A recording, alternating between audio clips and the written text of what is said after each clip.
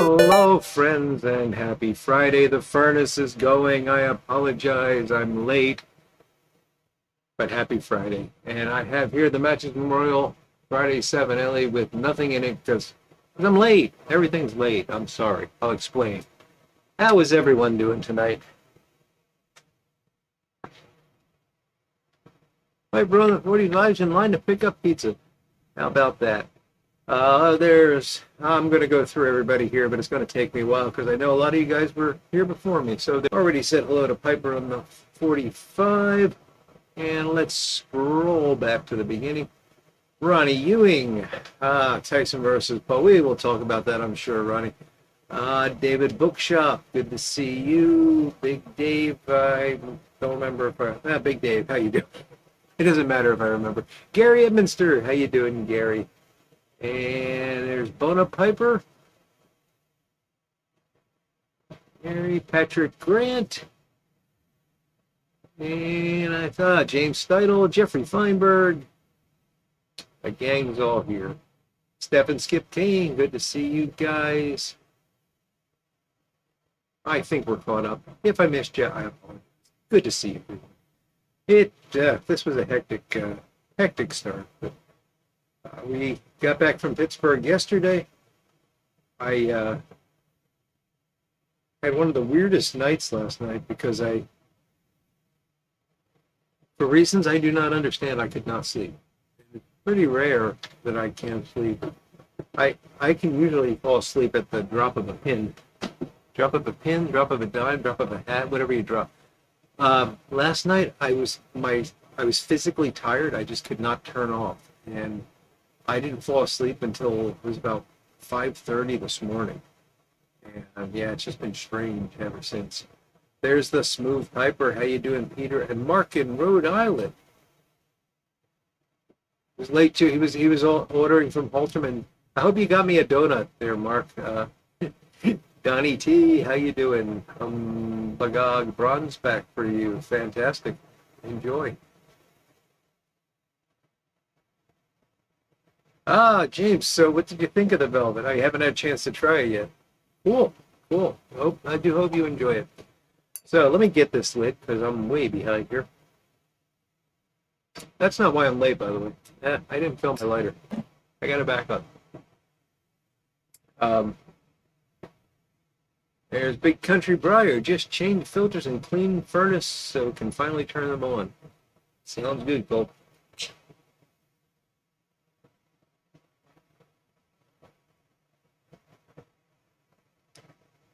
I don't have to do that. I have the air conditioning filter that I need to keep clean. But the furnace it's all radiant heat, so there's no forced air or anything. So there's no filter to clean. Just get the furnace itself serviced once a year. Oil burner and such. So, but all good. Yeah, Big David is because I'm still excited. I don't know why I couldn't sleep. It was very strange. My wife's saying when it's because I was traveling, but I've never had that problem before, and I've traveled quite a bit. So I don't know. Hopefully, I will sleep tonight if I'm in trouble. Every once in a while, come here. Mark, I'm going to send that back. I'm sorry. That's one pie I do not want.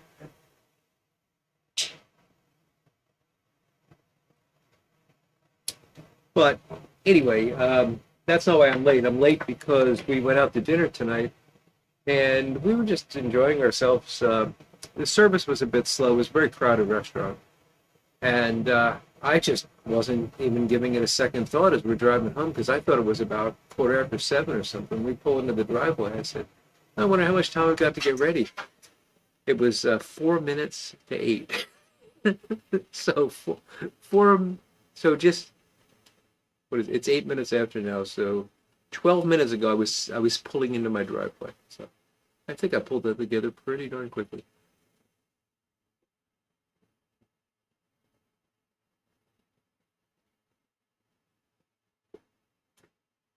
That's interesting, Christian. Yeah, benzos are, and benzodiazepines are a broad class. So there's some that are short acting and some that are long acting, and so there's some that are quite good if you have trouble falling asleep. But they all can cause dependency.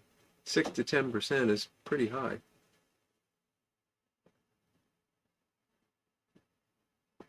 There's our friend Steve. Good to see you tonight, Steve. It was cutting it pretty fine, Patrick. In fact, I didn't cut it at all. I was late, and I apologize for that. But Cypress, I don't think they're even going to walk in the ring until like 11 o'clock tonight. Because I think it's scheduled to start at 8, but there's probably multiple fights on the ticket, and I don't know. I knew nothing about this until earlier today. I didn't even know that Tyson was getting back in the ring. So shows you how much I pay attention.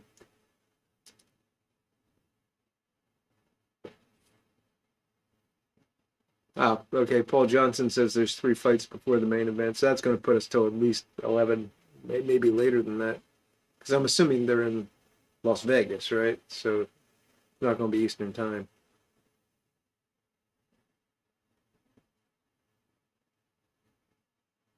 Ah, yes, Richie. How was you? Was it you, Richie, that was in the slow smoke at the Texas Pipe Show? And if so, how did you do? It's on Netflix, from what I understand, Cypress. I'm going to put this aside so I don't chew my thumb up trying to light something that doesn't have any fuel in it.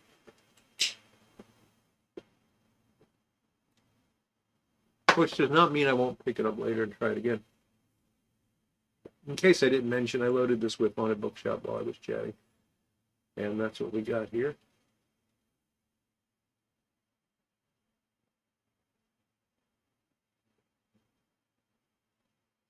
Someone FaceTime Cole when the fight comes on so he can see the fight. I don't think it's going to last very long. Yeah, I was thinking about, again, I did not even know this was happening until earlier today. So I haven't given this very much thought at all. And I have no idea who this person is that Tyson's fighting. I haven't followed boxing in a long time. I used to box, actually. I boxed when I was in high school, but have not followed it in a very long time. But, you know, Tyson, is he's in a class of his own, and probably still is at his age. And what I was telling my wife while we were having dinner, I said, you know, if I was 20 years old, I wouldn't get in the ring with a 60-year-old Mike Tyson. I mean, just you'd be foolish to do that.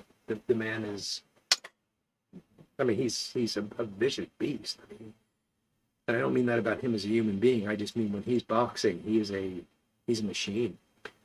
And so what's the point of this? Why does this guy want to box him? And you know, why is this even happening? So there's only 2 possible outcomes. I mean, one is you wind up taking an icon in his later years and ruining his record and his reputation. So you know, who would feel good about doing that? Or you get killed. I don't see the value here for him.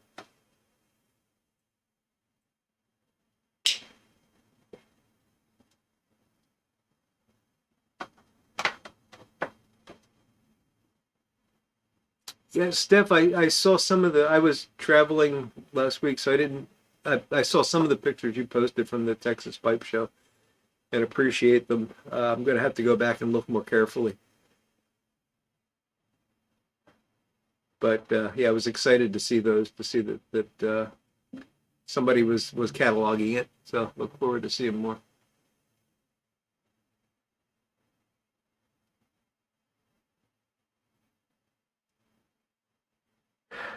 Yeah, insomnia is a big problem, Bonapiper, and you know there's two aspects of it. There is something biological going on for a lot of folks, but there's also very poor sleep hygiene for a lot of folks.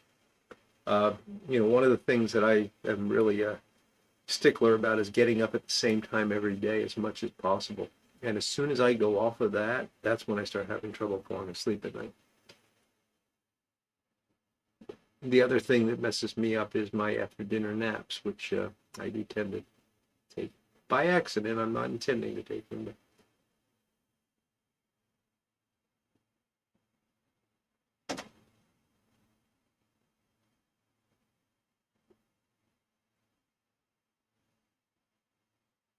Wow, that sounds fantastic, Richie. Yeah, I saw a picture of that catastrophic cob failure on Instagram. That was quite catastrophic.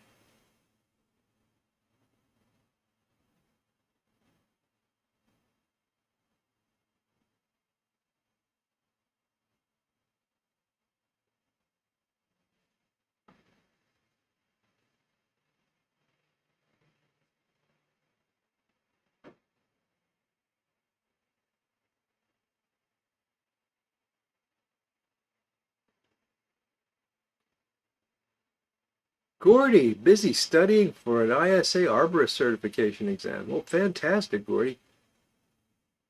I hope you don't listen to us too much because I can just imagine you being asked an important question about trees tomorrow, and all you'll be able to think about is Mike Tyson smoking a pipe or something.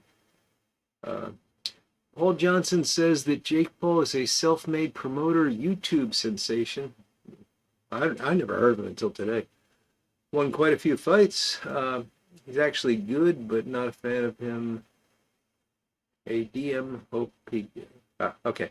Yeah. I don't know. I just and somebody else said $40 million, so they're paying him $40 million to do this. Well, why is Tyson? I thought Tyson was retired. Why is he coming out of retirement for this? Is it also for $40 million? Tyson will eat Paul's. Yeah, yeah, that was a problem.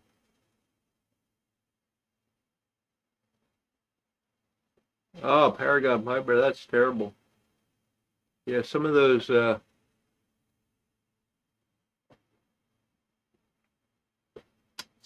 COVID things are it's fascinating from a neuroscience perspective, but yeah, difficult to live with for sure. Hopefully that'll clear up for you.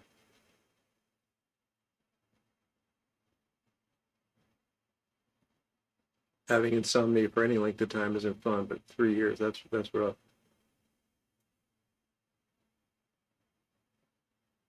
Let's see. Did I say hi to Lurker Troy? I know you made me laugh at least once, Lurker Troy. There's Sailor. Good to see you, Sailor. And Doug Owen. Good evening, Doug.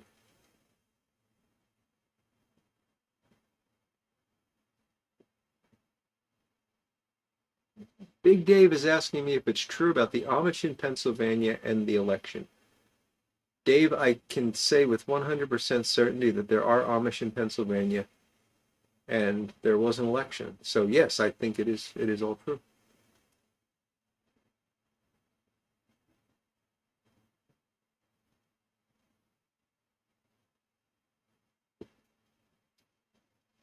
Yeah, I did, Ronnie. Believe it or not, I used to. I now, don't get me wrong. I wasn't like competitive or anything. It was sort of the little league of boxing. But I did get to meet Joe Frazier because Joe Frazier was a big. There was actually Joe's gym in Philadelphia, which was one of the gyms that I visited for boxing matches, and actually got to meet Frazier once. So it was cool.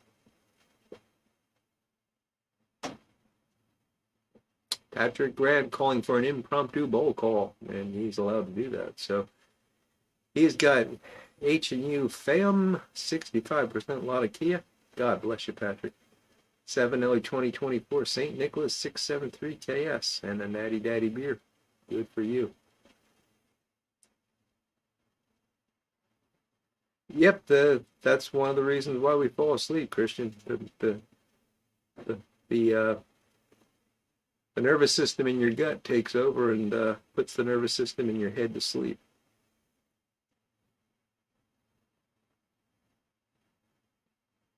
Oh, Paragon, that is terrible, man. That is really terrible. I've heard stories like that though.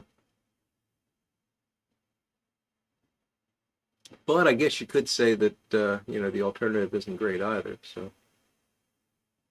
the alternative being, you know, it could have been worse, I guess is what I'm trying to say. I'm not saying it very clearly. Shepherd of the Forest asking for thoughts on McBaron Symphony. McBaron Symphony was I enjoyed it as a burley blend. It's been a long time since I've had it, but it does suffer from that McBaron topping, which tends to bite me. Sugarcane Mike. Bona Piper asks. Not that I'm aware of, Bona Piper, but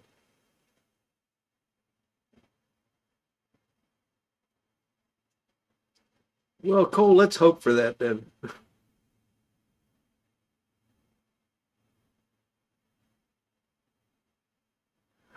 Ah, the whole Scott Pressler thing with the Amish. I understand. Okay.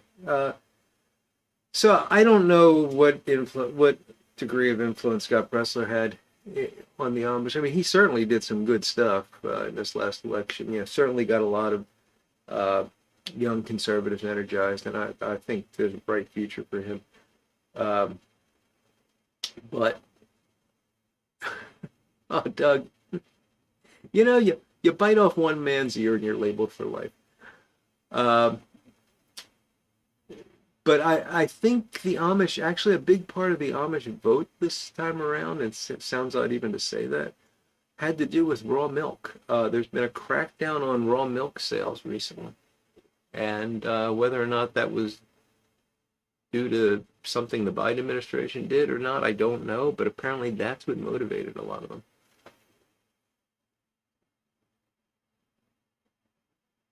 Tyson only gets 20 million. Huh. Yeah, only. I don't know, Cypress. I don't think I want to be knocked out even for a million. I think I. Oh, you want to know my boxer nickname? Sugar Ray. I get you now, Bona Piper. I get you. Sugar Cane. Okay. Yeah. No. Pipe Time's got some Robert McConnell Black Flake and a Tinsky Black and Tan. There we go. Ronnie Ewing's got Haunted Bookshop, Friday Sabanelli Gin and Tonic. Stanley Smith, Wally Frank with a Founding Father. Good.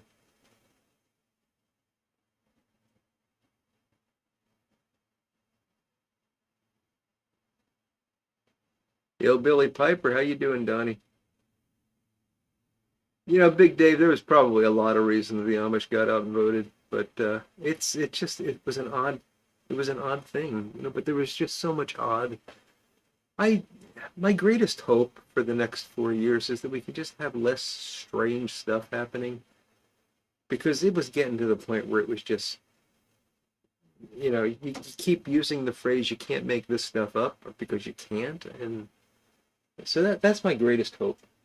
I just want to feel I know it won't be, but I want to feel like there's a little bit of sanity coming back into my life, or at least the parts of my life that I can't really control.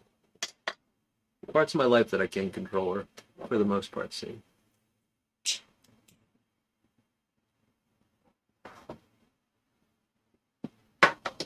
Gary Edminster, thank you very much for reminding me that I do need to have a drink. Uh, yeah, I don't think the Amish were all that impressed with Elon, Paul, but could be. Um, I have not opened it yet because I've been so flustered, but I do have a Cape May Hazy Dawn here that I will be opening and pouring into a glass.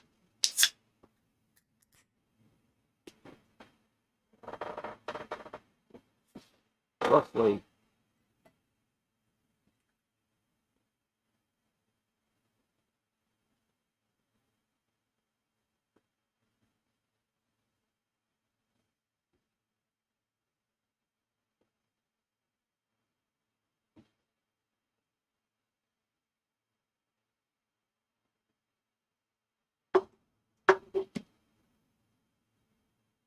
I'm proud of that.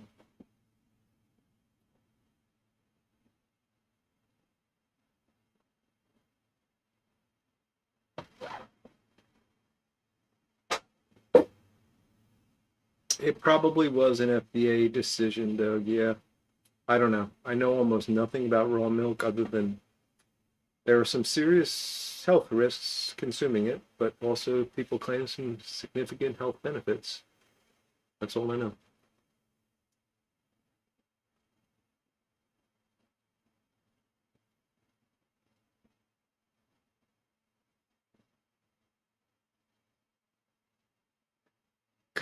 Couple pounds of haunted bookshop coming in, Hillbilly Piper. Nothing makes you feel better than that. Tyson's only allowed to fight with his thumbs. He'll still kill him. Couch, how you doing, buddy?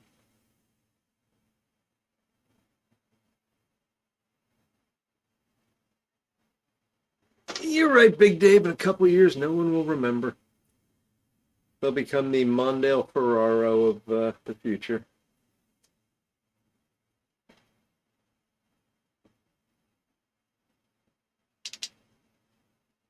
Rob Link, haunted bookshop in a Friday 7 with a cup of Folgers black silk in a White Castle cup. There you go, Rob. That's a fine combination.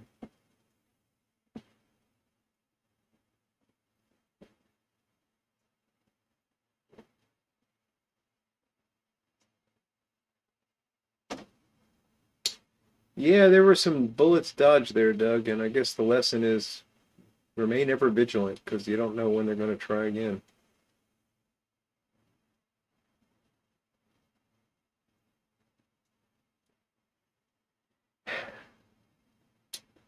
Sailor, I'm not as pessimistic, but you're probably right.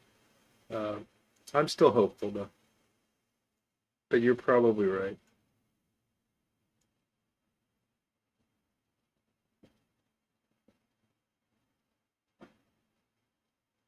Ah, Steve has got haunted bookshop cake in a Peterson 18 and ASPC 2021. Challenging me on my Roman numerals here. And also my vision. That's 17, isn't it? Sorry.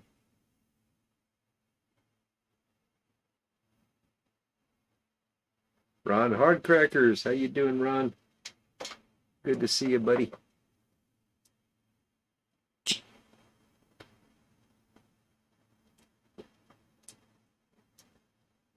Well, I remember them, Doug, but yeah, I don't think most Americans are into politics like that.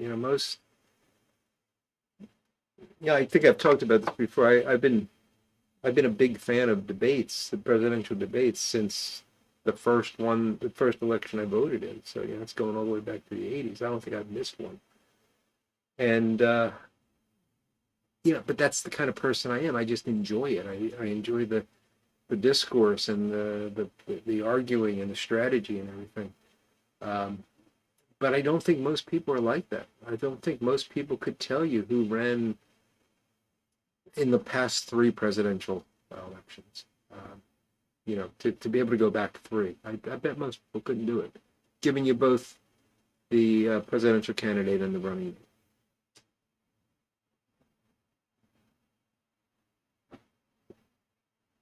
I didn't know Rocky Patel was a lawyer. Well, that makes sense, Patrick.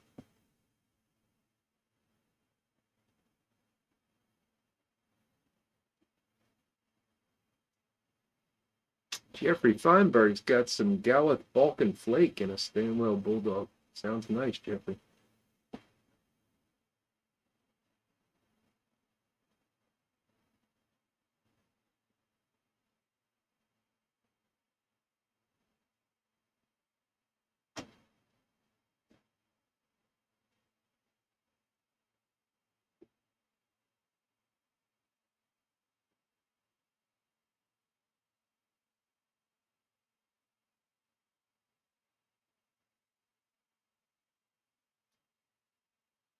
Right hook was okay, Ronnie. I was not anything special, believe me. It was just fun. We weren't trying to kill one another. We were relatively young.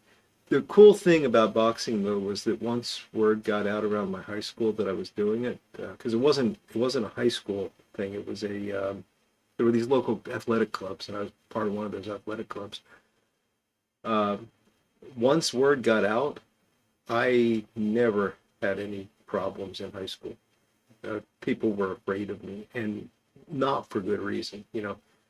If you want to get in a ring with me and put on all the gear and wear gloves and everything, maybe you got something to worry about. But if you want to, grab me on a street corner and start swinging at me, I probably wouldn't do any better than anybody else back then. But Yeah, got a reputation for the boxing. So that's one thing that was pretty cool about it.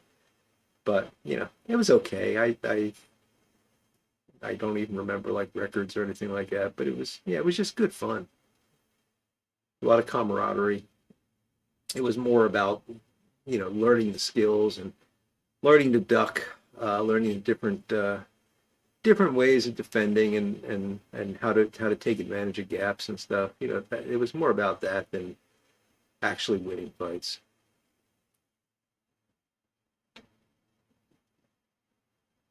That was the first election I voted in, Richie, and you would have been happy with the way I voted.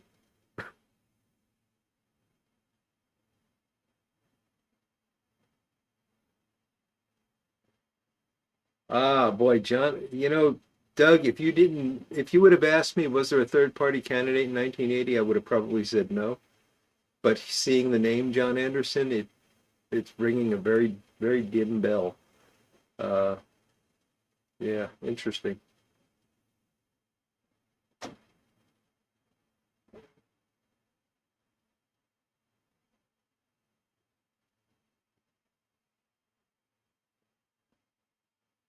Yeah, Cole, we talked about Sutliff last week, and honestly, I'm not too worried about it. I don't really like much of Sutliff stuff, but I know a lot of people do, and I know it's going to affect a lot of brick and mortars because they're getting their blends from them, and they do supply other companies.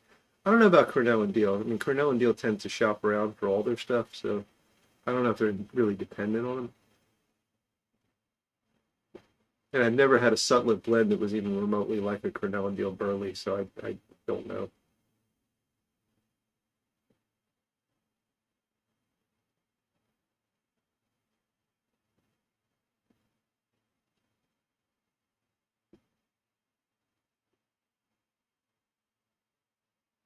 Okay, Bona Piper. Well, it might have been his attitude. I wasn't one to. I never talked about the fact that I boxed because no, I just didn't think it was important. I guess. So it was other people talking about the fact that So maybe it was more that than if I would have gone in and started bragging that I was a boxer. Maybe I would have had more trouble. I don't know. Little Piper Todd and Bob Kraus. Good to see you both.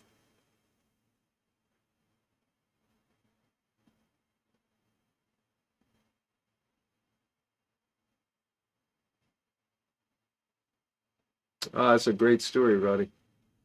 Great story. Often, and I guess things are different now. Sometimes I talk about, uh, I recently have had conversations with, the women, so maybe that's difference too, but mothers, about kids being in fights, and they acted like I was saying, well, all kids do heroin or something. Oh, here we go. I got us flagged for the night. See, now you can do whatever you want. I broke it. Um, so I don't think kids have schoolyard fights anymore the way we did, maybe Ronnie, at least the way I did. And but it used to be that you only needed that one time to win before you were just left alone. But you had to have that one.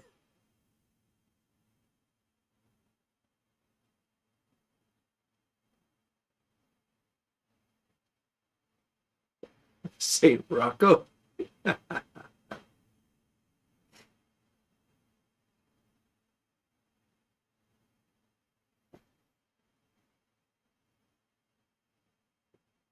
Ron Hardcracker's got C&D Yorktown in a BC Panache Billiard with a Coors Light. Sometimes a guy just wants an old codger type of beer. Amen to that, Ron.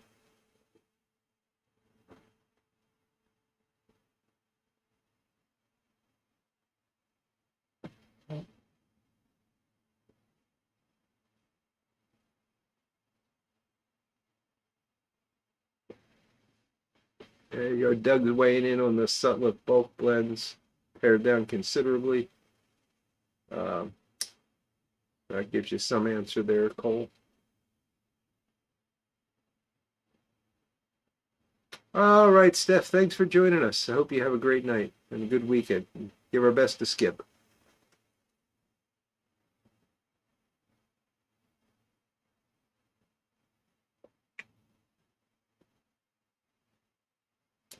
We didn't have that kid, Paragon, but you know, if he was around, I'd be terrified of him.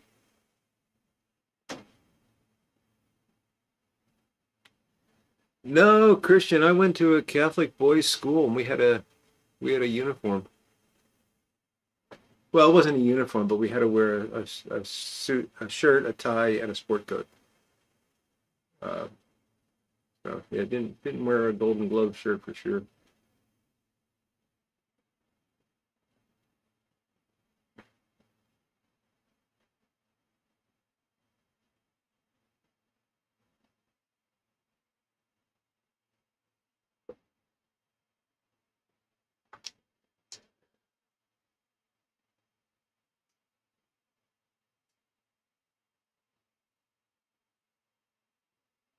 All right, James Steidle is having his first bowl of velvet in Missouri Mission Rob Roy Legend, and so far he likes it. Very nice. And Couch got another kitten. Oh, Couch. You're not supposed to collect cats. They're evil. But I'm happy for you, buddy. His name is Magnus. Sounds like a very evil name, I have to say, but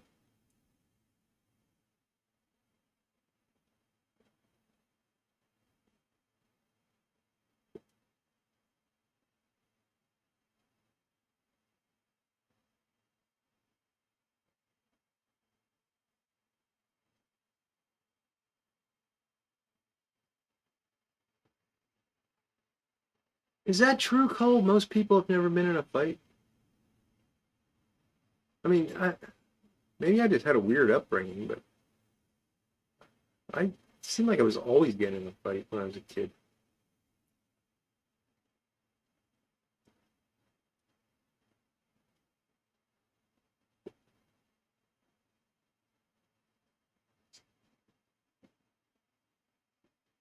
That's interesting, Christian. So it's shifted to more psychological violence. And that's probably why the suicide rates are so high. Oh, now I got us flagged. Yeah, I'm gonna get a nasty gram by the end of this one. I'm saying words that I'm not supposed to say.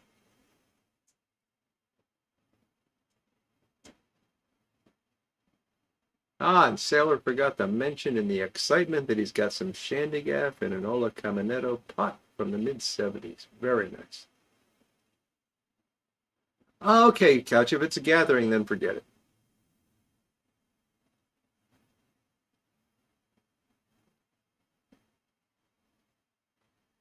Mushroom Leg, I'm just gonna let it go because, you know, there's no point.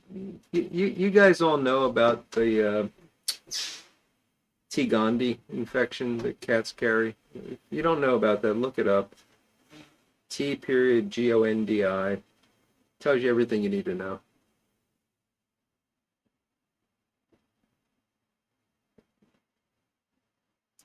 I don't know if they loved to smack me with a ruler, but they certainly did it, Doug. But I deserved it.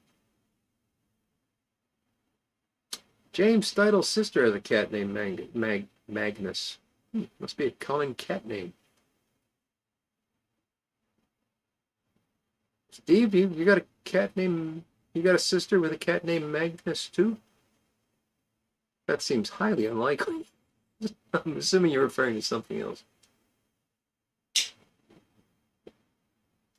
Fighting was a rite of passage. Yeah, sailor. Yeah, maybe that's what Steve's saying.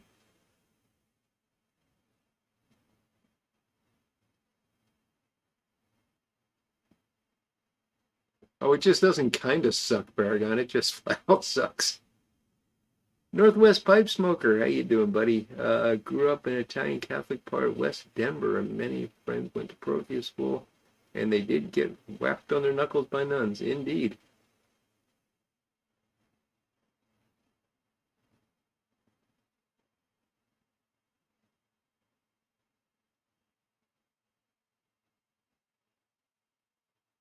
Well, that works, Bonapiper. That works. Brains over brawn, right?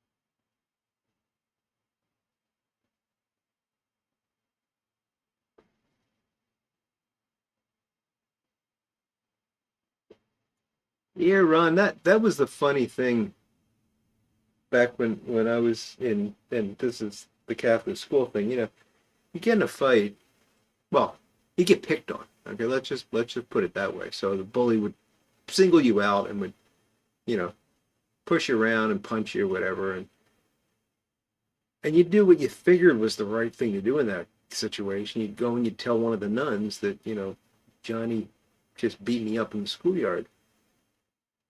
Well, Johnny would get in trouble, but so would I. And then there'd get a note. I get a note stapled to my lapel because that's what they did. And I'd go home and do the walk of shame with the note hanging off my lapel. And I'd go into the house and my mother would read the note and why. And then I'd get in trouble for fighting at school because the nun didn't try to figure out who was right and who was wrong. So then I'd be in trouble at home and at school. And then the next day, Johnny would be mad at me for, so then I'd get hit again. So you learn pretty quickly just to, you know, tough it out and take care of yourself. I hear Corn Pop was a bad dude, Paragon. Was he the one that was throwing the poop?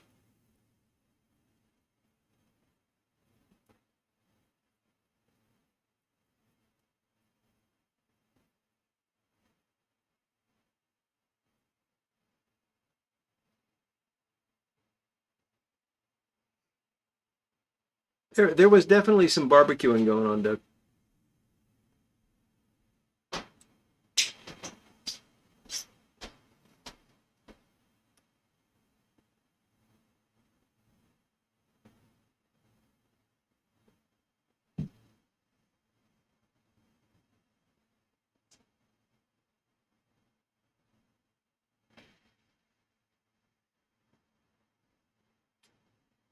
Lord Hogarth, yes, the flight of stairs would be a bit too far.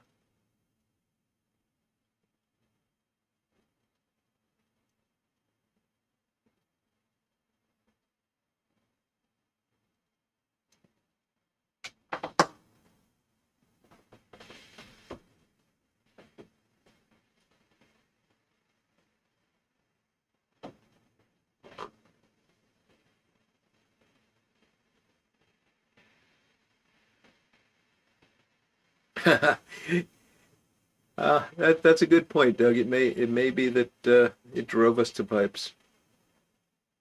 It may well be.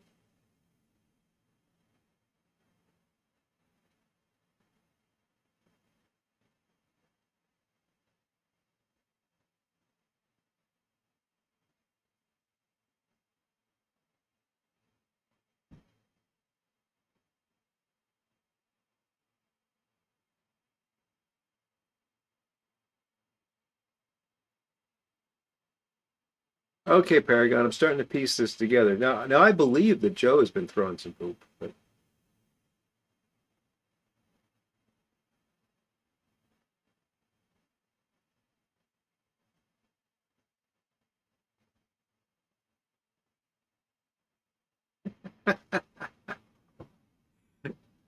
well, Doug, I'm glad to see you're shooting high for the contest.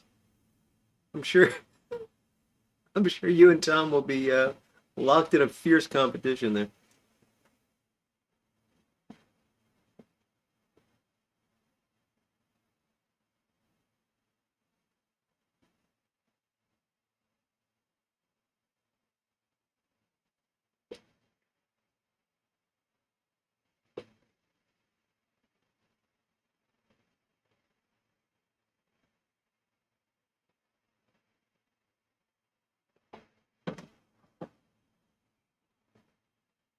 From what I understand, Sailor's commenting on the Haitian diet there.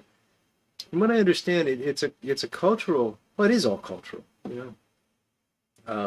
Obviously, there are cultures that eat cats and dogs, and I understand that there's a I think it's a Christmas tradition in Haiti that I want to say cat is like a special Christmas treat. I'm pretty certain it was cat.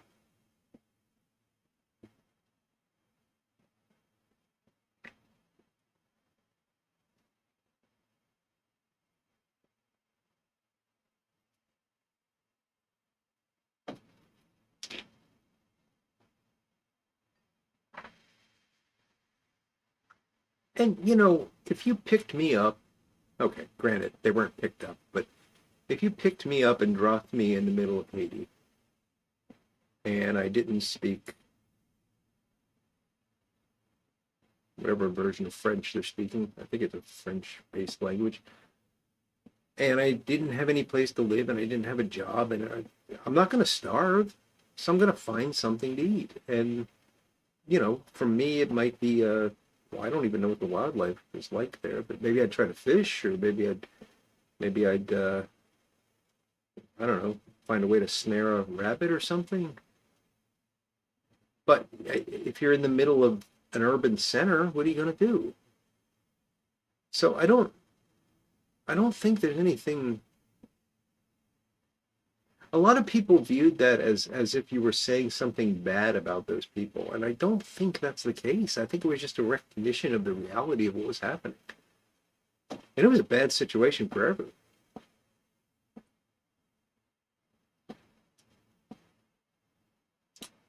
Reindeer hooves are a delicacy, especially if paired with brie.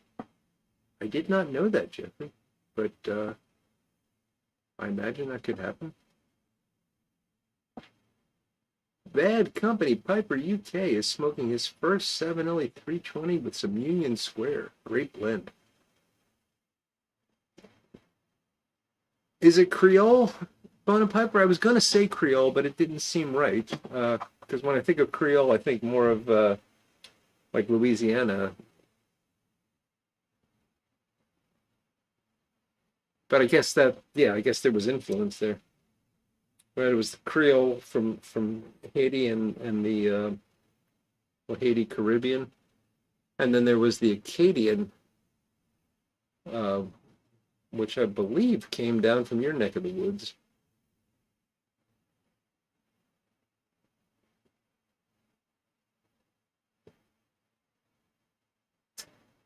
Were those the lyrics, Richie? I don't remember him singing "Delicious."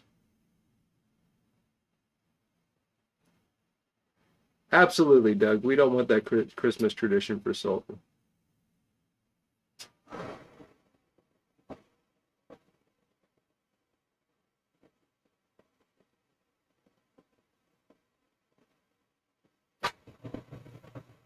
Only for the staff, Paragon. That is funny. I knew you were kidding, Jeffrey. I knew.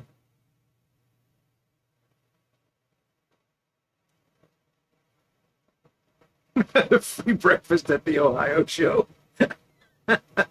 You made that mistake once.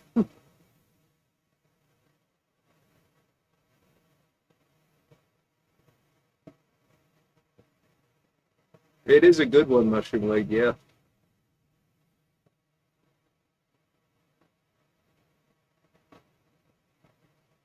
yeah. Eating shoe leather in the 30s. That's a great example, Doug. You got to do what you got to do.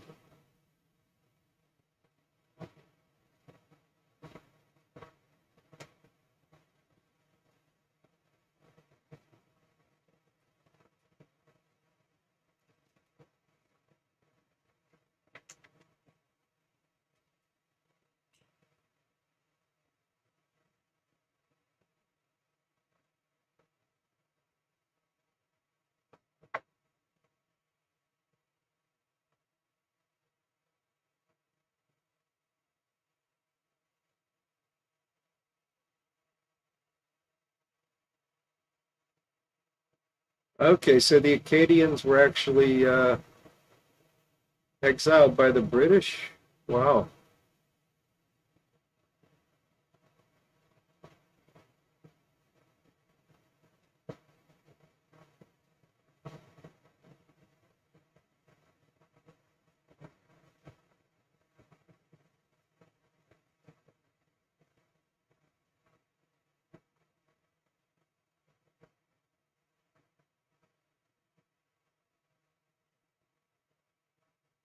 So Christian, were they originally French settlers who the British then relocated?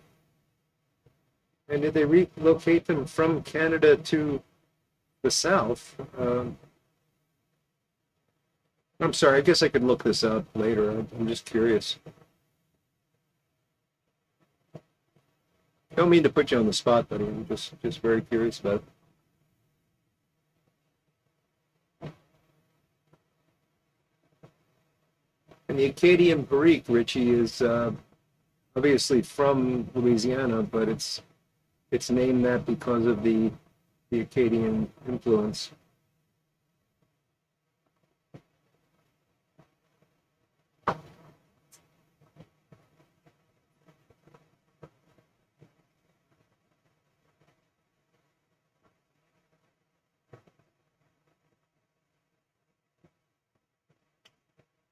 Very good music from both groups, though.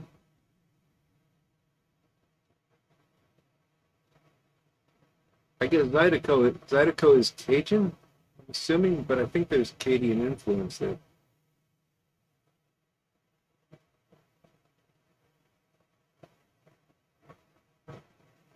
Ah, okay, Christian, gotcha. Nova Scotia, New Brunswick. Huh, fascinating.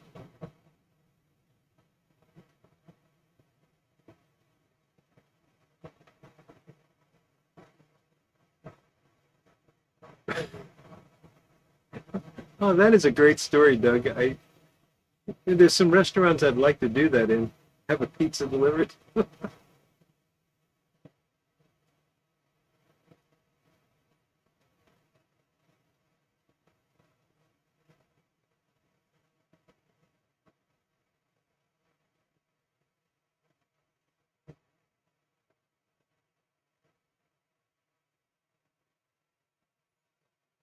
Oh, I just realized how messed up I didn't have time to adjust the camera. I'm sorry, Couch. He hasn't complained. I probably shouldn't point it out.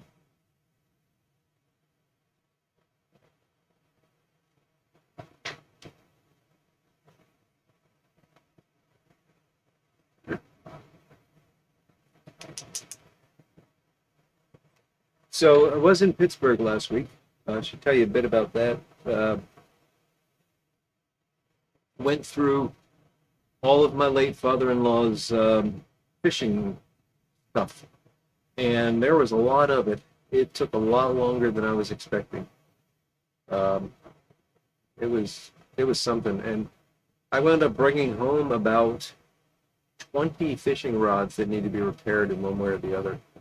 Um, it was amazing how some of the rods I found I just couldn't believe he owned. Some really nice ones that we gave away to friends and family members, but a whole bunch of them that just they're missing a couple of guides, or the wraps have dried out and are loose, or things like that. Several of them with broken tips that may or may not be rescuable. A couple of one really old bamboo rod. I don't even think you'd call it a bamboo rod. It's a cane pole is what it is. It's you know um, just raw bamboo, not split cane. And but put metal ferrules. Looks like it was probably used for fishing off of a boat. Really interesting historical piece. So yeah, some cool stuff.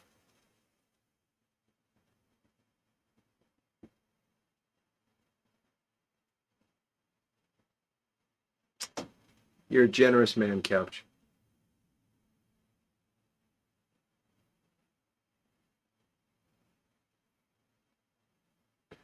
Black drapes. That's a nice touch, Doug. Oh, Ronnie. Well, hope you have a good weekend, buddy. Thanks for joining us tonight.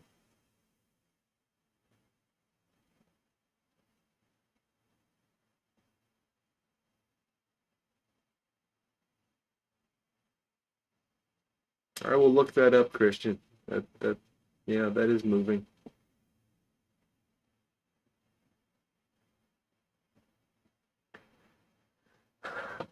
Uh, Smooth Piper, I think some of them can be repaired. I can't tell you how many, but I brought them all because I figured even ones that are completely beyond repair, I could maybe use the guides from those on another rod or something like that. So Might Frankenstein some of them together, but we'll see what happens.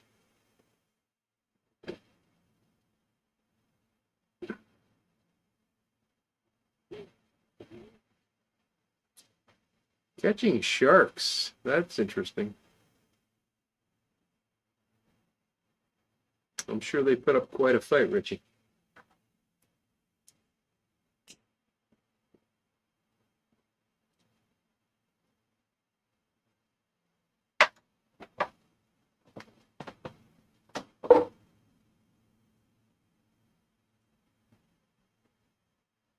So I do have a funny and rather embarrassing story to tell about something that happened last week. That I'll well this week I suppose it is. So remind me, I gotta tell you the comic book story.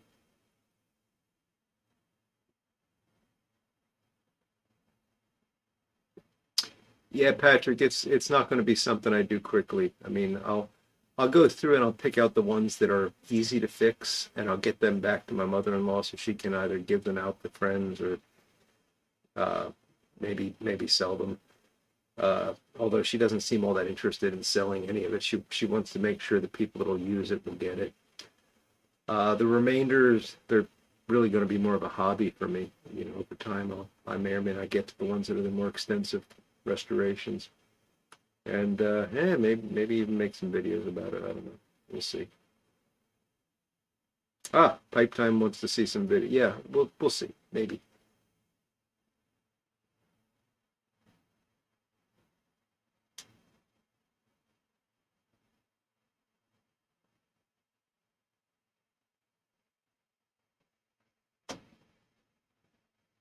I hear Robert Shaw makes very good shark bait, Doug.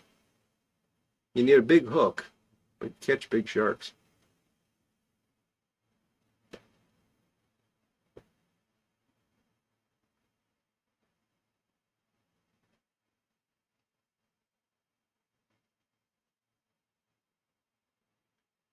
I'm trying to think of how to tell this story because it's funny. It's funny, but it's also a little off color.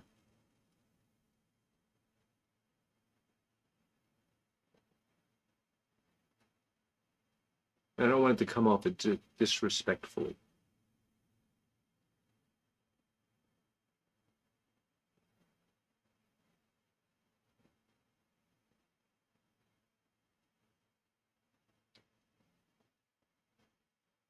So I've talked about my father-in-law before. He was a steel worker, big guy, very imposing when I met him. I remember the first time meeting him. Went to my girlfriend at the time, my wife now, went to her house to meet her parents, and there was some sort of a party or something going on. And it was very loud and everything. And she said, "Come on, I want you to meet my dad." And she takes me out to the kitchen, and there's this giant man standing there, and he's leaning over a counter with this little portable, like black and white TV on the counter, watching, if I remember right, watching a football game. Um, I cannot really, yeah, it was probably a Saturday night. It was probably college football, probably a big game. And she does I want you to, this is my dad, this is Mike kind of thing. And he's, oh, Mike, and he puts his hand out, and I shake his hand, and his man had big hands. He was maintenance in the steel mill, so he was swinging sledgehammers and everything else, and he just engulfed my hand in this giant bear claw of a hand, and starts to squeeze. And I'm old enough and have been around enough to know that when this happens, you return the firm handshake. So I squeeze, and so we're standing there looking one another in the eye, slightly shaking hands and just increasing pressure, basically waiting to see who's gonna quit. And it got to the point where I had maxed out, still going. I keep in mind this is This is 30 some years ago, so he's at this point in his mid 60s. So, still a healthy guy and everything. And yeah, he stops, and we're still looking one another in the eye, and he just like gets this smile on his face, and he just goes, takes his hand away, turns back to the TV, and did not say another word to me for the rest of the night.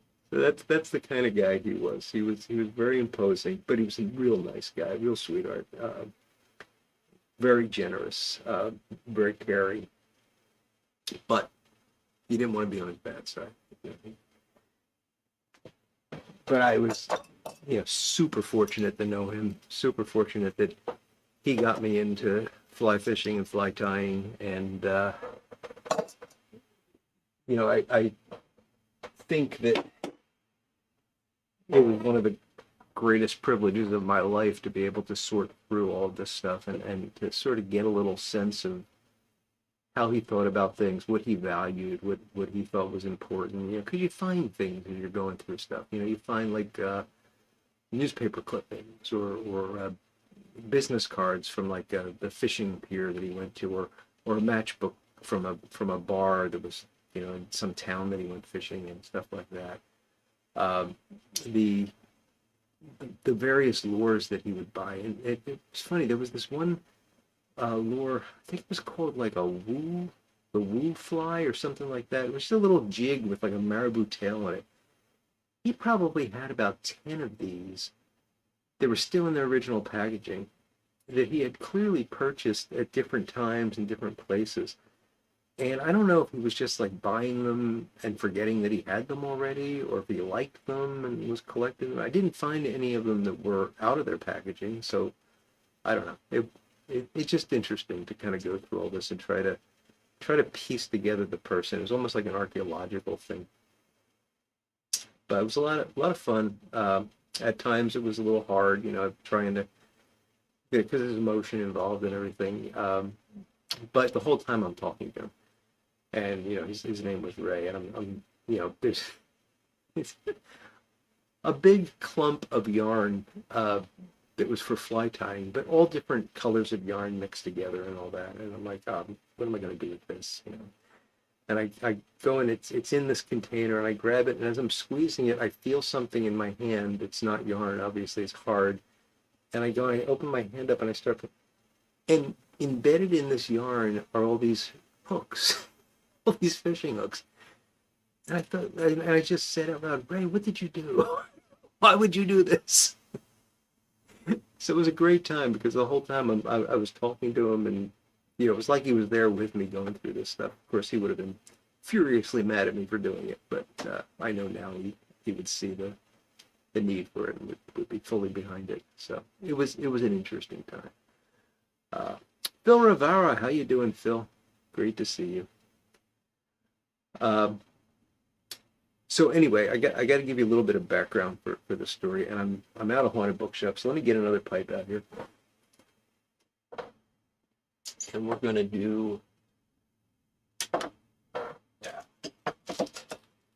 I've got my little nose warmer, and I'm gonna do the Thanksgiving Day, which I just stuck in this bag before I left last week. I didn't have time to jar it up.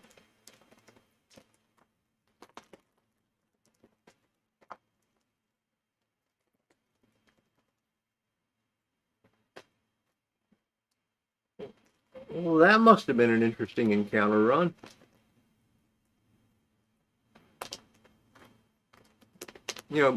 Barney Fife might not sound as imposing, but at the same time, he did have that one bullet.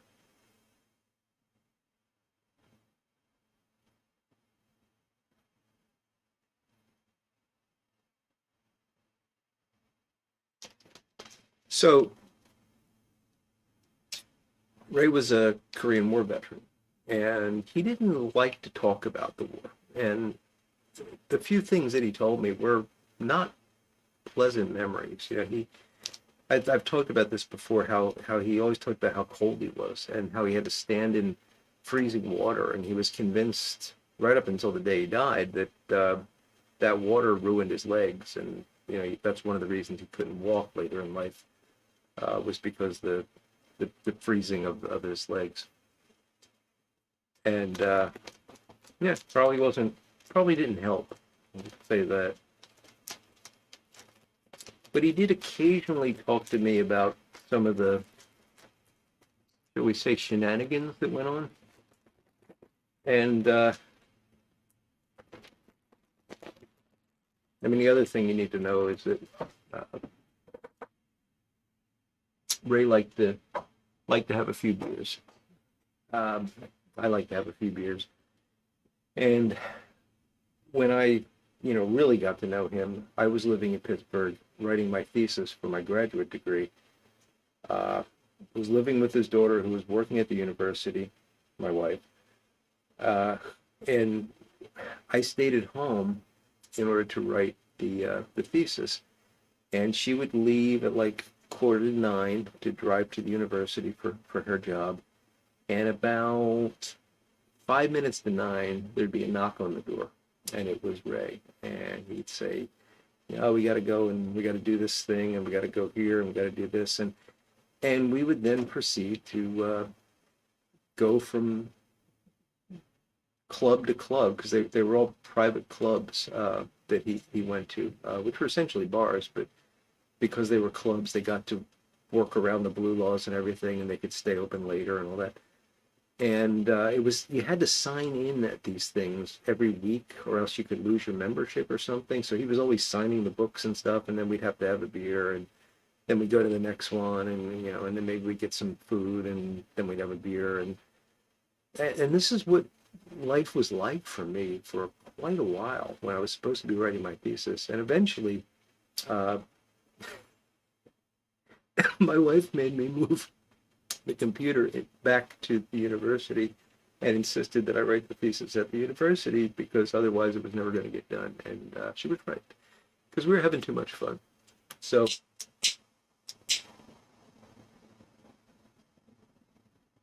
a lot of the times we would have these conversations when he would tell me about Korea. It was during these times when we were out, having a few drinks, and he was looser than he might have been otherwise.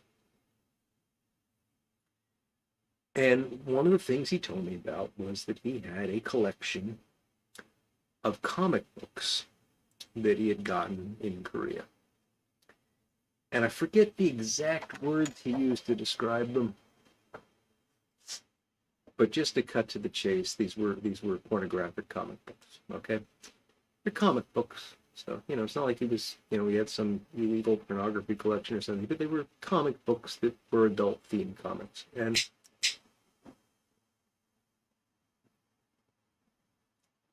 he would mention them and laugh, and we'd laugh about it, and so and so picked up a couple of these, and we all cracked up reading them. That kind of a story. It was never anything lecherous or rude or anything like that. But you're a soldier. You're in a war.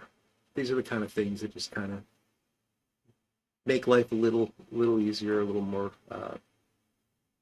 enjoyable, I guess, a little more tolerable.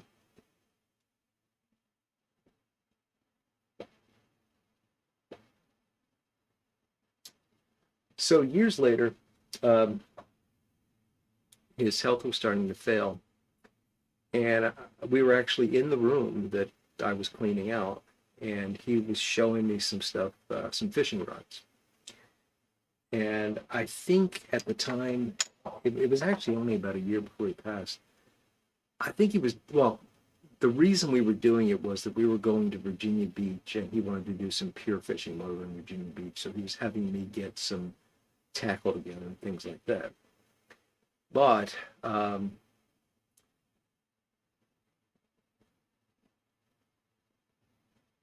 oh gosh, Phil, that sounds awful. Oh my goodness, Phil, I'm so sorry to hear that. 4.5 hours. Oh man, so sorry, buddy. That stinks.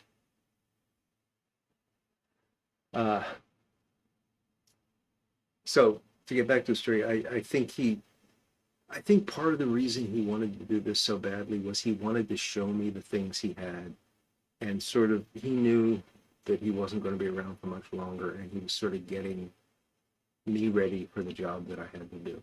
I never would have admitted that, but I think that was what was going on there. And as we're going through all these things, he opens up this one drawer and he starts getting a little agitated. And he was in the hospital for a few days and then came home. And he later in his life he started to he had this habit of giving things away to people and then forgetting about it and thinking that somebody had taken it, which was difficult because he was very generous and he would give a lot of stuff away. So he's looking in this drawer and he gets agitated and he tells me that while he was in the hospital, somebody came in and stole his comics. And I don't know what he's talking about. And he says, oh, I got these comics in Korea. And I clicked and went, oh gosh, he thinks somebody stole his pornographic comic books, which struck me as kind of funny because who's going to want to steal that, right? So later that night, I'm talking to my wife and how was Dad? And I said, well, he started he thinks somebody took something from him, and she said, oh God, not those Korean comics. I'm like, oh, you know about those? Yeah, everybody knows about those.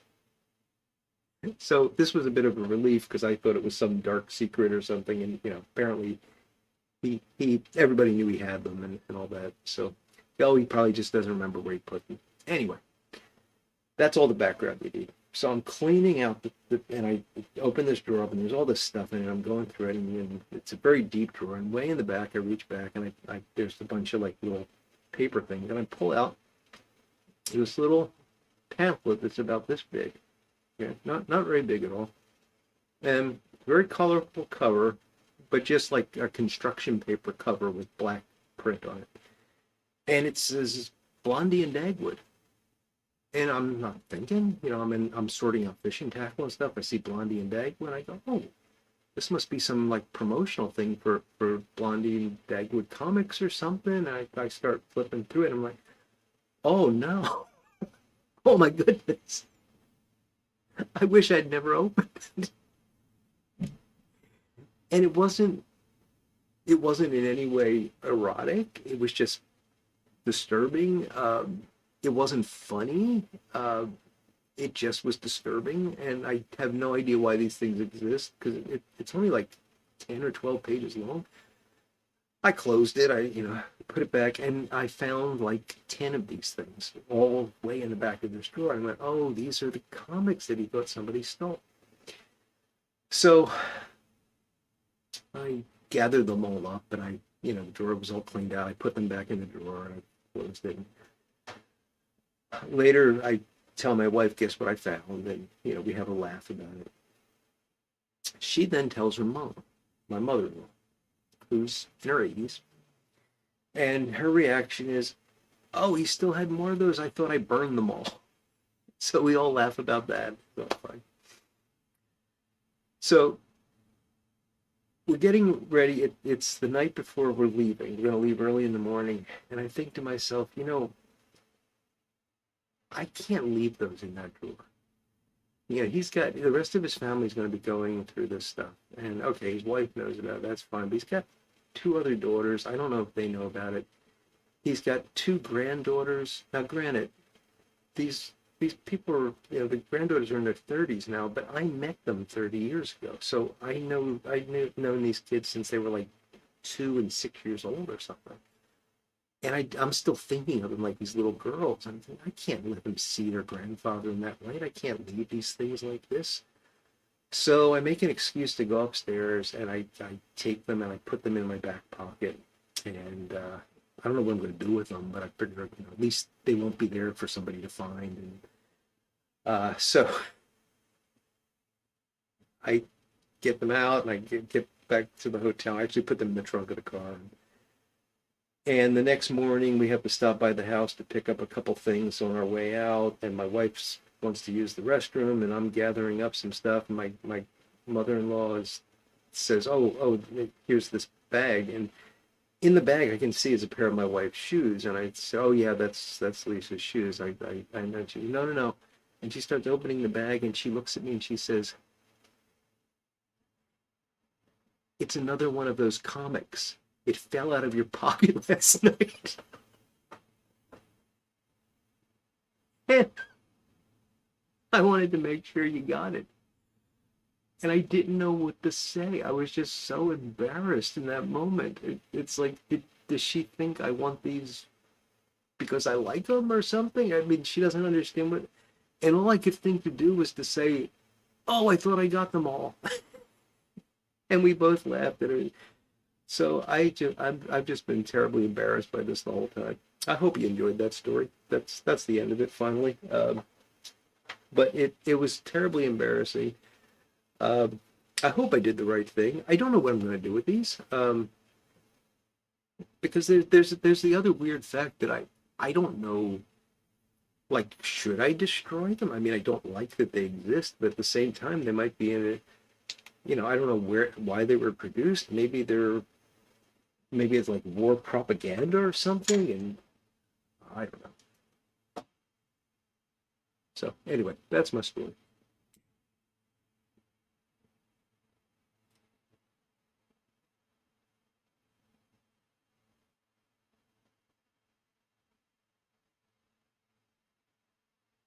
So Smooth Piper has finished his haunted bookshop and he's loaded up some Carter Hall in a Morlina tulip-shaped pipe.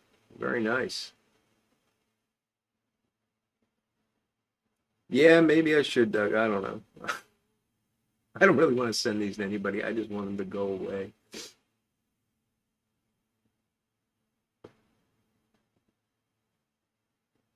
I'm glad you think so, Ben. I was halfway through that story. I was wondering if I should tell it or not, but I hope some folks would see the humor in it. Could be Gary. I don't know. These are just so poorly made and everything. I don't know.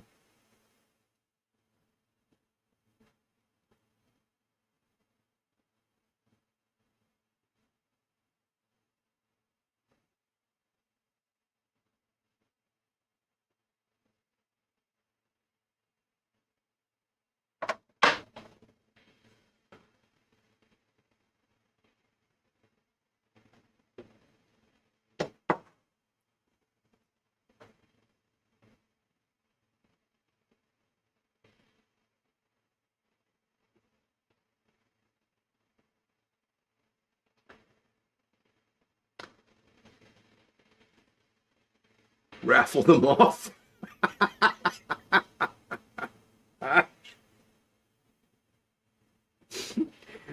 Yeah, I don't think so. I was thinking of even just having one of the less offensive.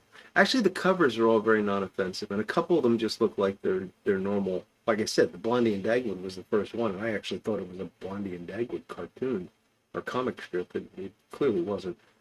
Um, the covers aren't that offensive, but I was thinking about having one here just to show it, but then I thought, no, I don't even want to do that.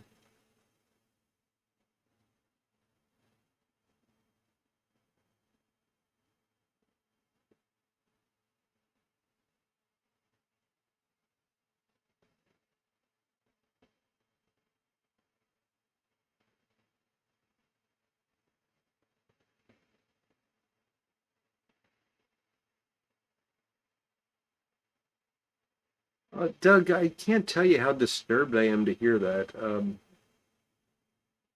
I don't know. I just don't understand why anybody would. The best way I can explain it is just imagine the crudest joke that you heard when you were like 8 years old, and now it's been drawn into a comic.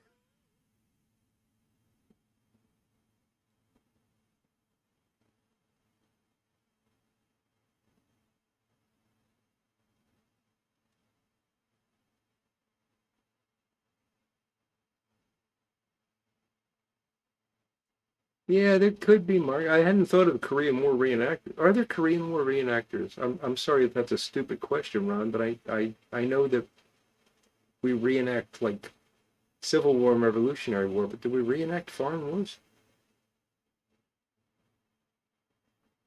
I don't I never heard of that. Well, I guess yeah, I have heard of some European conflicts being reenacted, so I guess we do.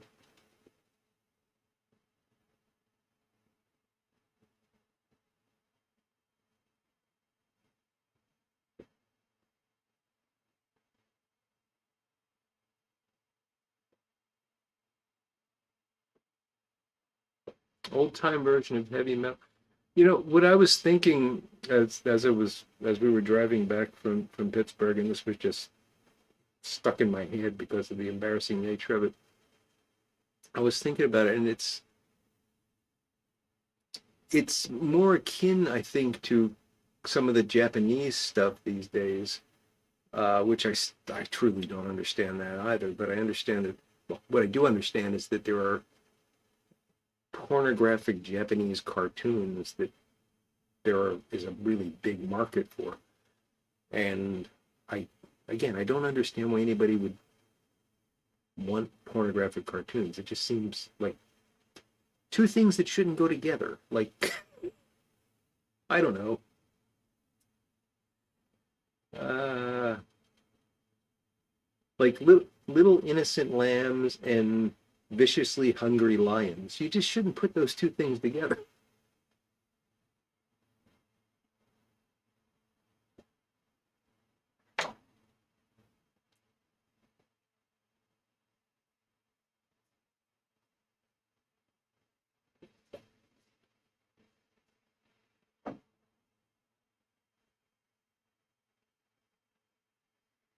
And now, if we weren't banned for all my other slip ups, we are now. Civil War reenactments are not allowed anymore? I don't think that's true. I mean, I do believe there are some Civil War reenactments in this area.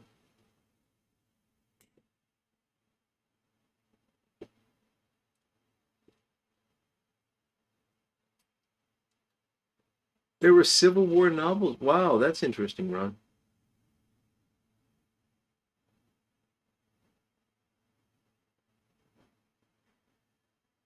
That's true, Paragon. I mean, I would imagine there were films back then. In fact, well, if MASH is historically accurate, I know there was one MASH episode where they thought they were getting a pornographic film and got something else. So at least there were films, but I don't know if there were magazines.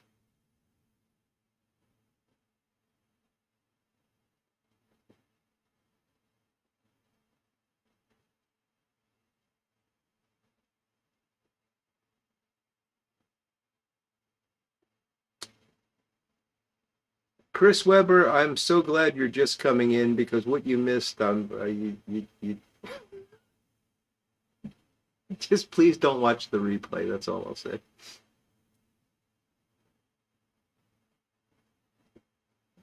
Bambi meets Godzilla is a good one, Doug, and I think that's what we're going to see around 11 o'clock tonight with Tyson. So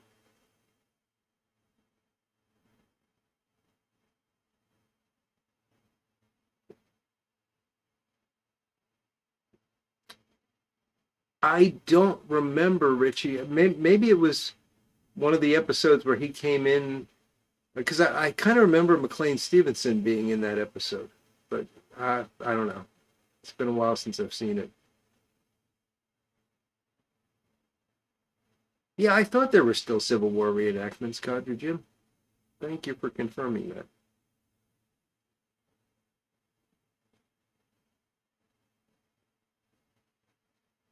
Yeah, it was definitely something like that, Patrick.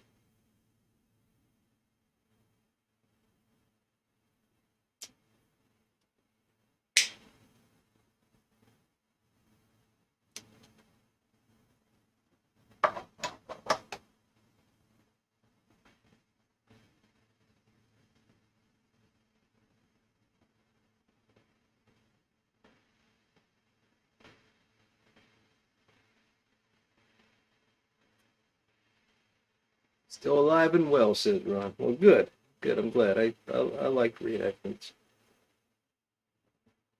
Not something I think I'd want to do myself, but I enjoy the fact that people do it.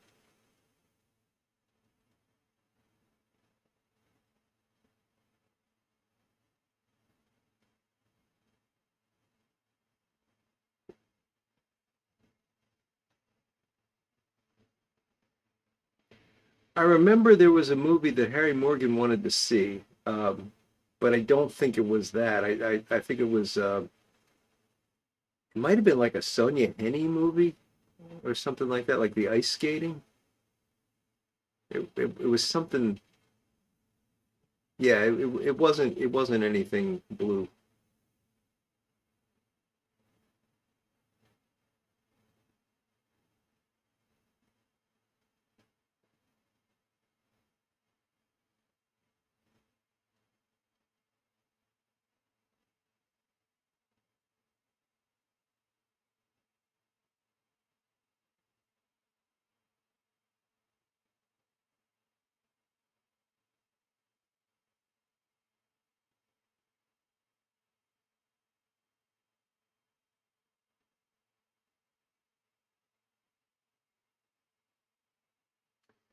Are we already almost at time? My goodness, time is flying.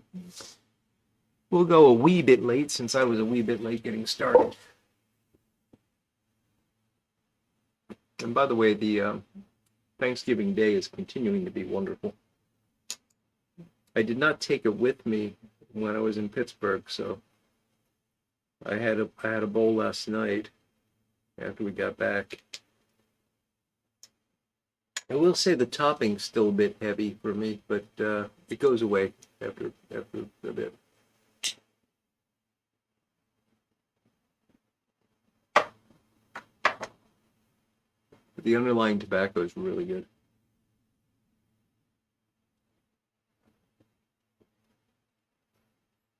That's a great way to describe it, Ron.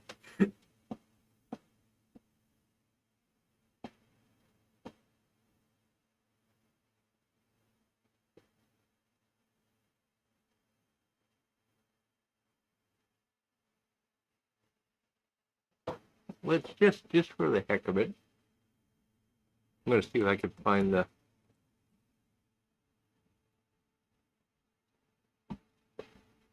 the match episode.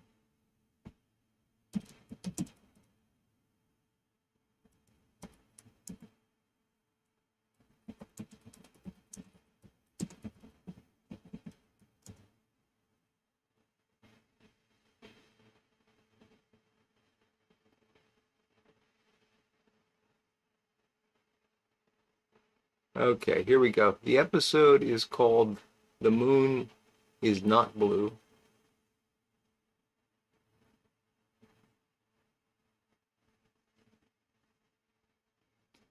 Bored of the terrible film selection, Hawkeye and BJ try to get a copy of the notorious film "The Moon is Blue." Wounded General Rothacker declares prohibition in camp. I believe that was uh, the the Harry Morgan character before he became Colonel Potter.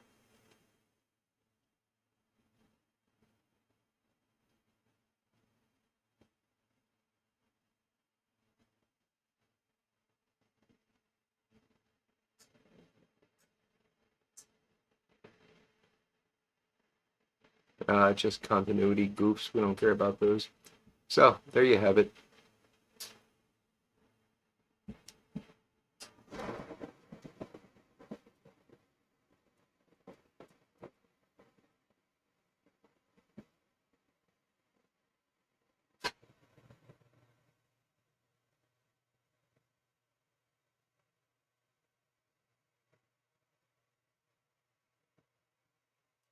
We got another furnace alert here, and I got a lot of beer to still drink.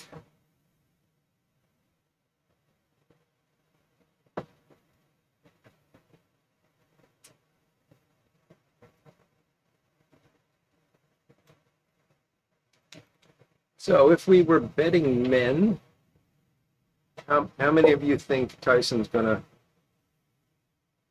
finish this in one round? Actually, let's not be that specific. How many of you think Tyson's gonna win this tonight?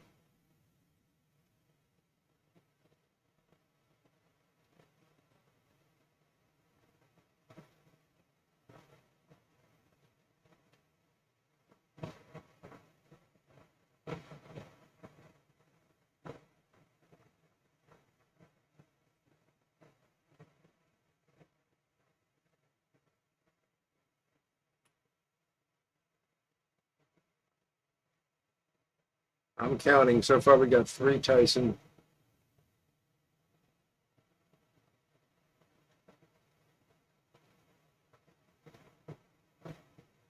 He is a beast, Richie.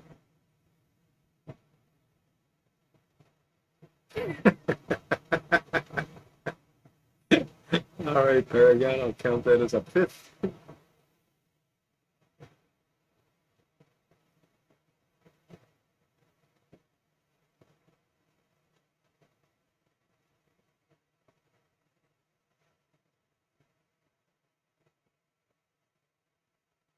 I predict all yours will be safe tonight. I won't say anything about noses, Jeffrey.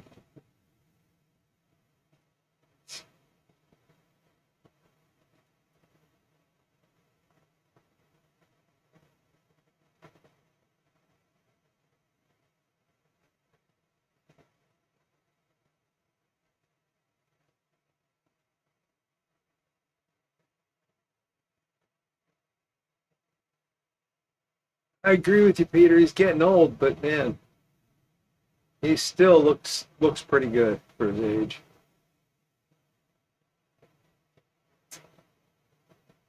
44 knockouts with 50 wins, Paragon Piper. So that means that only 6 of his wins were not knockouts.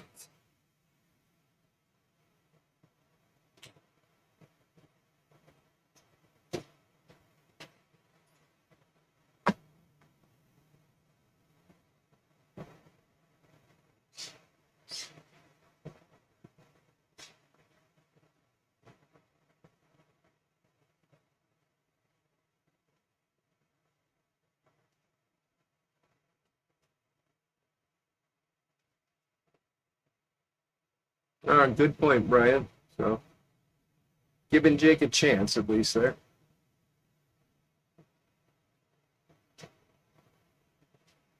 It seems like we're pretty overwhelmingly unwilling to bet against Tyson.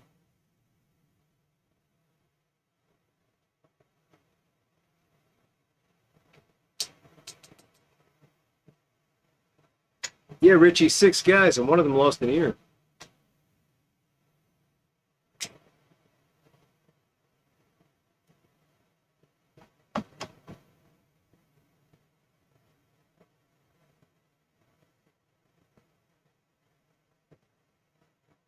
Actually, he was probably disqualified from that one, so that doesn't count.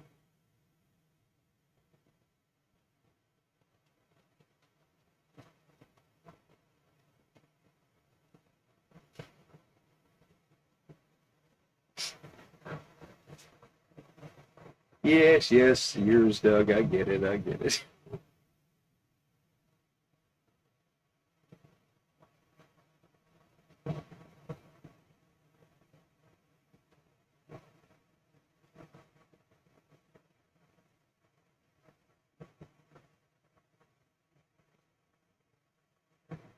I want to make a joke about Tyson chicken and the fact that chickens don't have ears, but we can't quite do it. You could fill your own joke in, Doug. At some point, the chicken has to ask if you got any nails.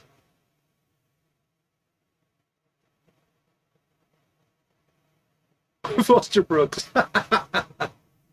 Ah, good one, Paragon. Very good.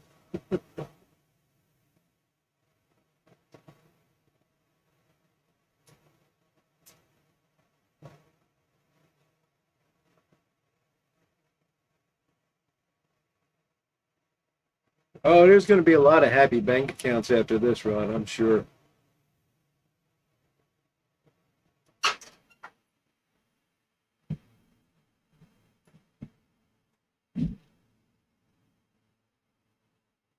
I'm sure of that.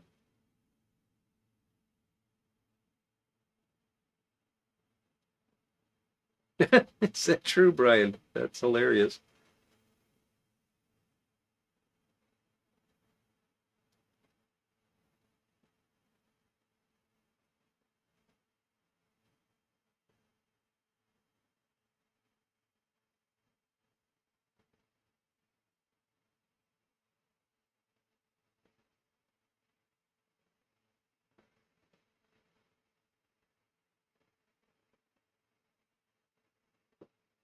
If I remember right, Holyfield was surprisingly unbothered by that.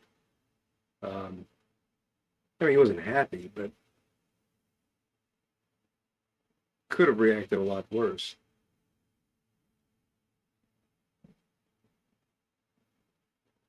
Oh, okay. Okay. Thank you for the correction, Doug.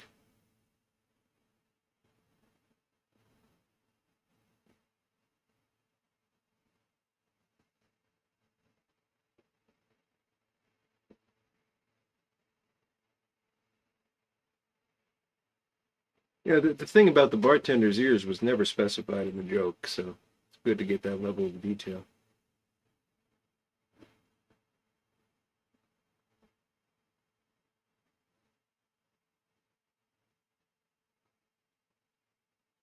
Ignore his wife. Oh, Richie. Get me in trouble with that one. Get him in trouble with that one.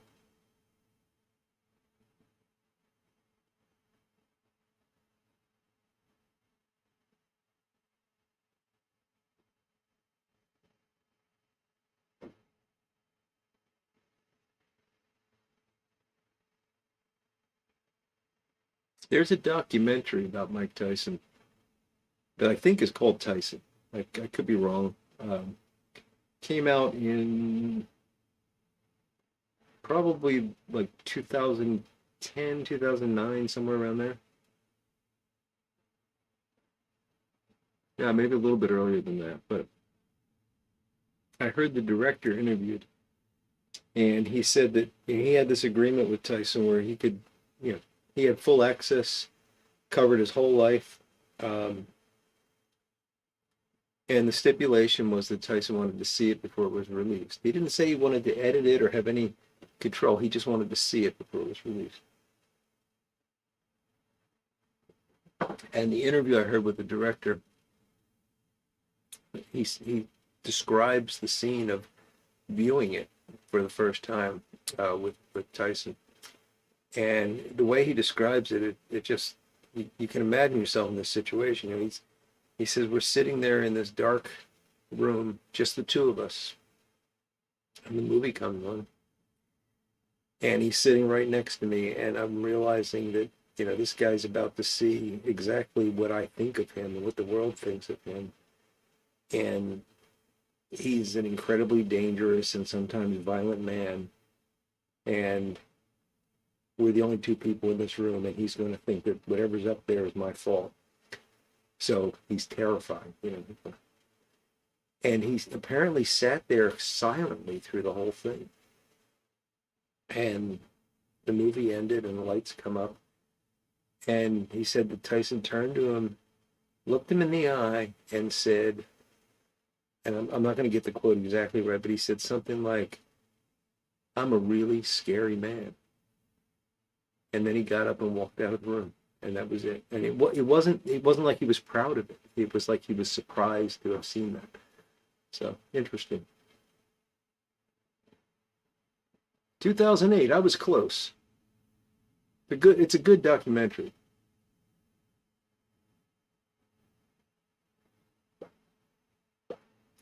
All right, Peter. Good luck with the sweet potato pies. You have a great weekend, buddy.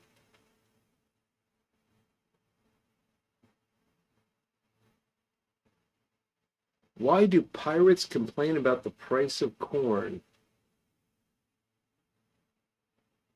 Hmm. I know it's going to have R in it, but I can't think of what.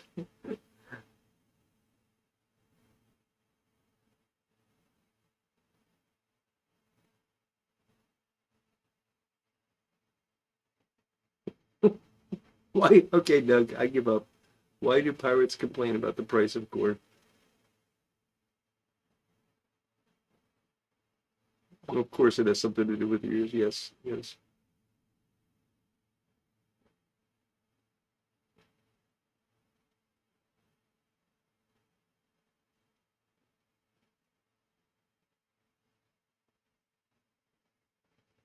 Why do chickens wear their underwear on their heads?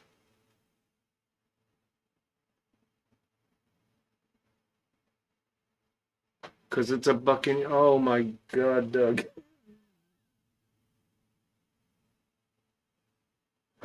Oh no, no, no, no.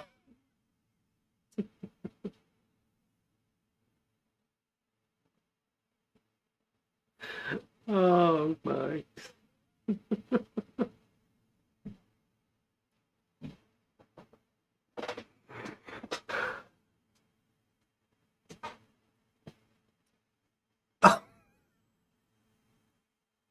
Okay. I think those are two of the worst jokes that we've had in a while. You take care, Piper on the 45. You have a great weekend too, and we're gonna tie this up. Uh, that is too expensive for corn. Ah, well, if nothing else, I got something to laugh about for the next couple days. So, thank you. Let's call this a night. If you're watching the match tonight, enjoy. If not, I'm sure it's going to be a short one, so you probably won't miss much. Thank you for joining me tonight. Thank you for indulging me. I know I might have rambled a bit, but I had a story that I thought needed to be told, and I really appreciate you all listening, joining me. As I say, always the highlight of my week, and it truly is. So with that, my friends, take care. I will be back on Sunday with a video of some sort, and we'll be back next Friday night with another one of these things. So y'all take care, and have a great week. And that didn't work.